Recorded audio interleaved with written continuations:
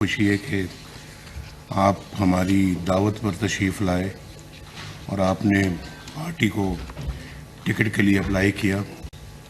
तो मुझे इस बात की खुशी है कि बहुत अरसे के बाद आज आपसे रूबरू मुलाकात हो रही है। मेरी अपनी भी बड़ी ख्वाहिश थी कि कोई ऐसा मौका मिले कि हम आमने सामने गुफ्तगू करें, बैठे एक दूसरे को देखें और एक दूसरे की बातें भी सुने। तो अल्लाह ताला इसी बहाने वो दिन लाया है कि आज अटक, चिकवाल, तलागंग और जेलम हमारे सामने बैठे हैं।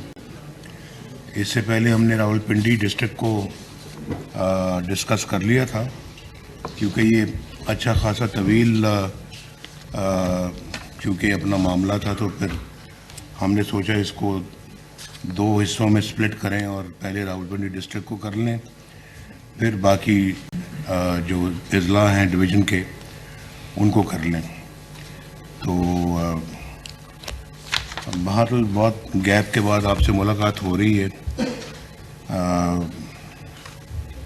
हम नज़रों से ओझल रहे हैं लेकिन दिल के बहुत करीब रहे हैं और मैं भी बहुत आपके बारे में भी, मुल्क के बारे में भी सोचता रहा।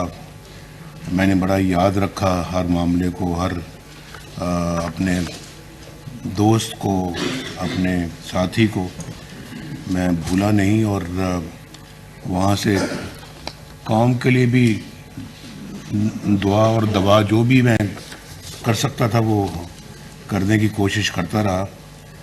तो अल्लाह ताला से आज भी दुआ है कि अल्लाह ताला इस कौम को मुश्किलों से बाहर निकाले और हम सब के लिए और पाकिस्तान के 25 करोड़ अवाम के लिए अल्लाह ताला आसानी वाली ज़िंदगी अता फरमाए।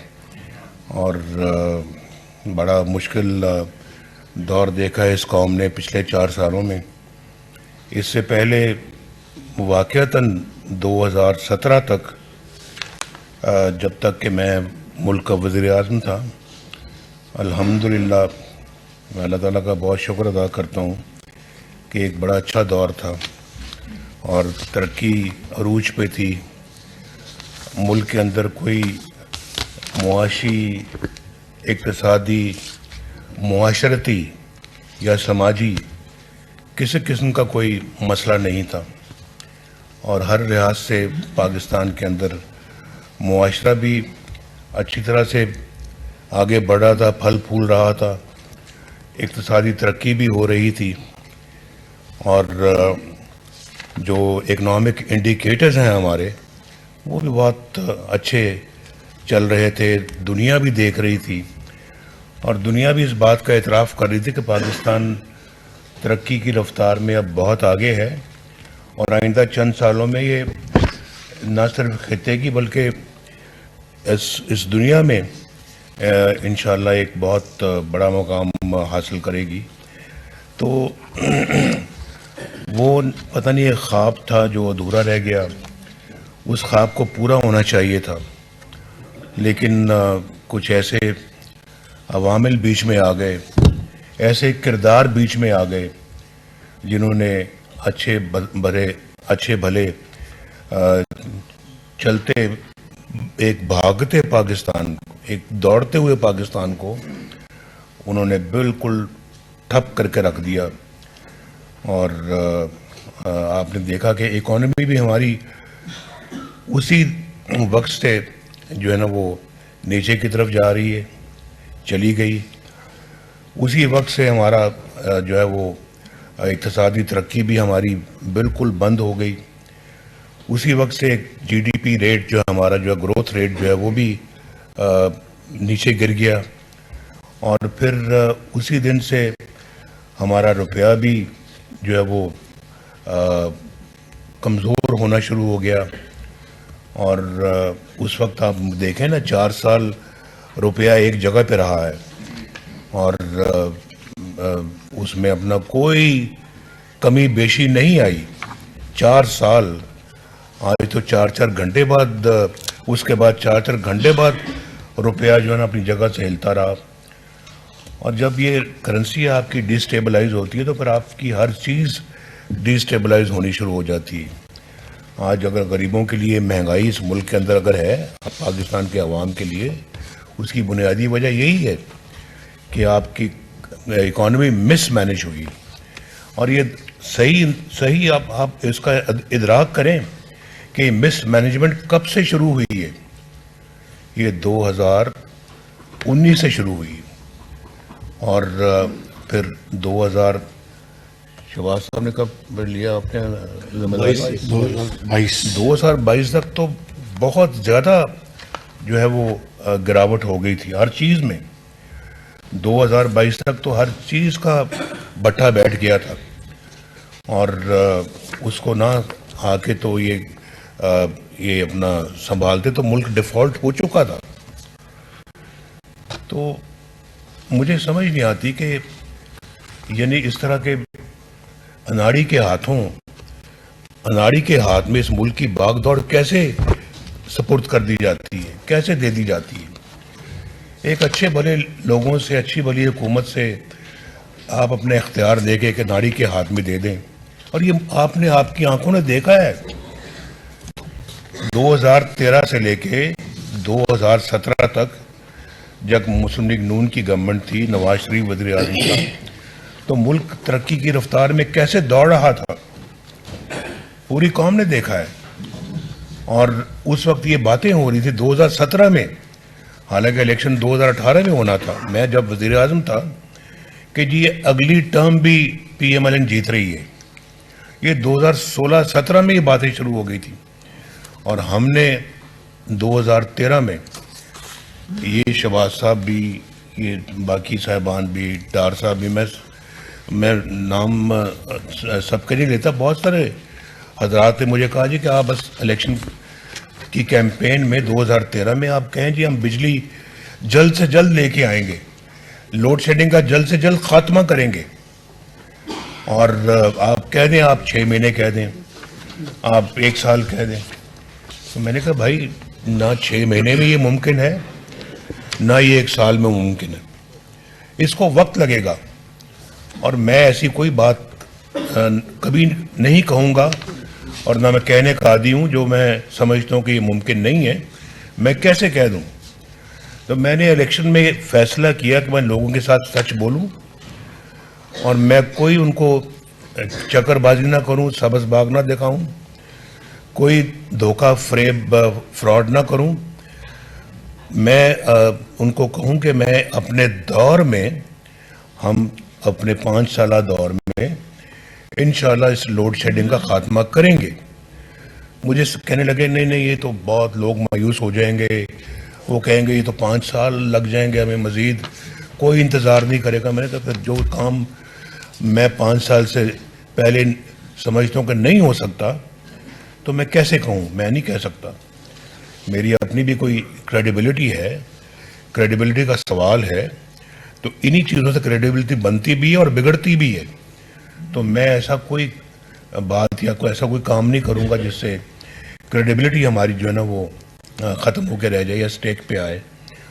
तो मैंने कहा, इलेक्शन में कह दिया मैंने कि जी हम 5 साल में अपने इस दौर में करेंगे। तो अल्हम्दुलिल्लाह लोगों ने वोट दिया, लोगों ने हमारी साबका कारकर्दगी की बिना पे वोट दिया और हर दफ़ा अल्लाह के फजल करम से हम आए, हमने अच्छे अच्छे काम किए, मुल्क व कौम की तरक्की वाले काम किए और हर दफ़ा हमें निकाल दिया गया। क्यों निकाल दिया गया? कम से कम मुझे पता लगना चाहिए कि 1993 में क्यों निकाला गया, मुझे पता लगना चाहिए कि 1999 में क्यों निकाला गया, कि हमने जो है वो मामलात को सही तरह संभाला और हमने अपना कहा कि हम ये कारगिल में लड़ाई नहीं होनी चाहिए थी, इसलिए निकाल दिया, इसलिए निकाला है। हम सही थे, आज वक्त साबित कर रहा है कि हम सही थे, हमने सही काम किया था, वो फैसला भी हमारा सही था।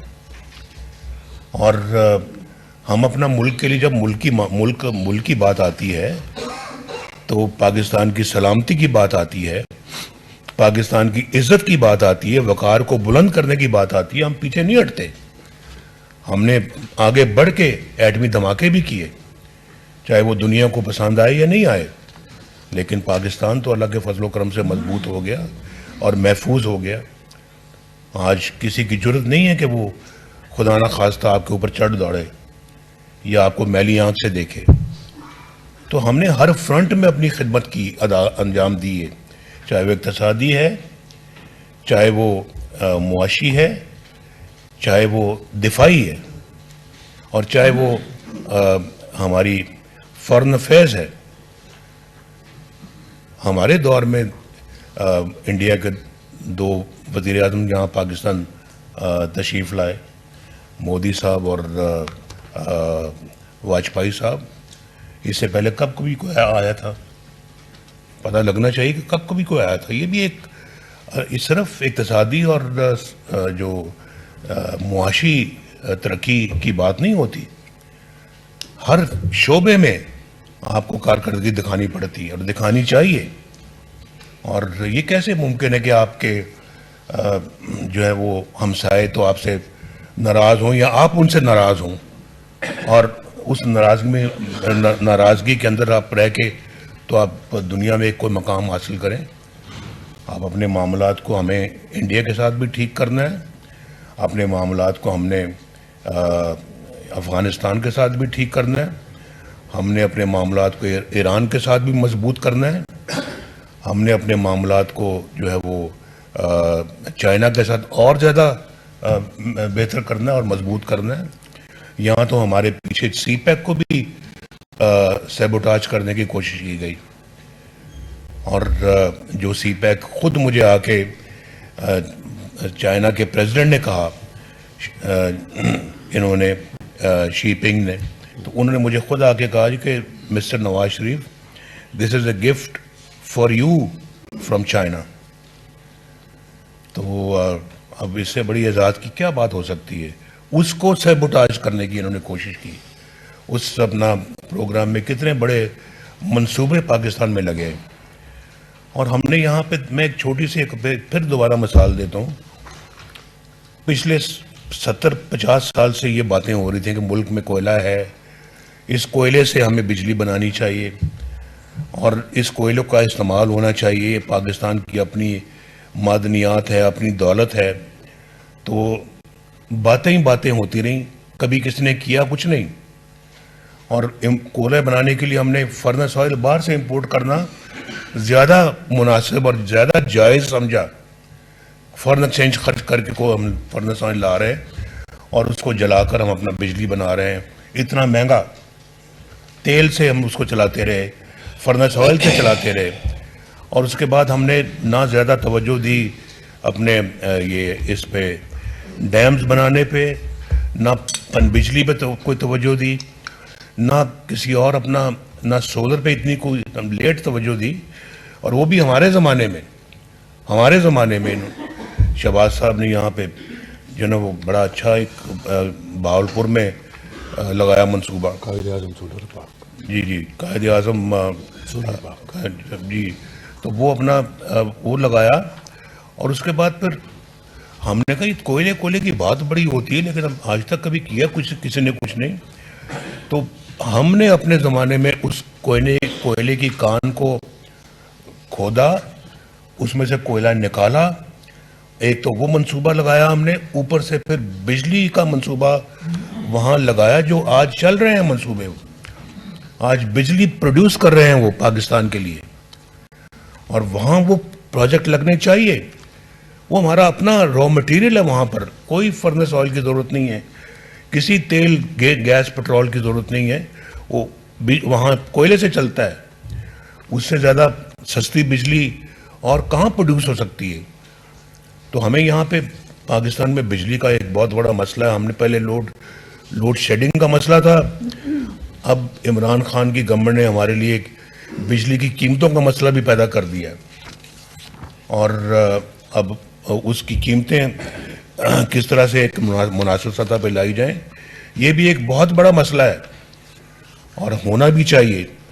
इसलिए होना चाहिए कि हमें गरीब आवाम के दुखों का दर्द हम महसूस करते हैं, उनको क्या तकालीफ हैं हमें उसका एहसास है और एहसास करना चाहिए कि किस तरह से अपनी ज़िंदगी गुजारते हैं। आज एक थोड़ा बहुत बिजली इस्तेमाल करने वाला जो एक कुंबा जो है वो सारी तनख्वाह अपने बिजली के बिल पे लगा देता है या लग जाती है, उसके बस में नहीं है।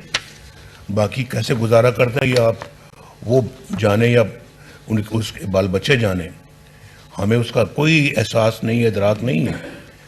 हमने उन लोगों का सोचना है। इसलिए मैंने कल ये भी कहा था कि आप लोग बैठे हैं, हम लोग यहाँ पे बैठे हैं, हम टिकट्स की बात कर रहे हैं और यही ख्वाहिश होती है जी कि टिकट मिले, इलेक्शन लड़ें, हलके में एक हमारा मकाम बने, इलाके में हमारा एक मकाम बने, हमें ओहदा मिले, हमारी इज़्ज़त होनी चाहिए और हुक्मरान भी जो है ना वो फिर अपने मुख्तलिफ ओहदों पे आके तो मुल्की वसाइल इस्तेमाल करते हैं, बड़ी बड़ी गाड़ियों में बैठते हैं और जहाज़ों में बैठते हैं।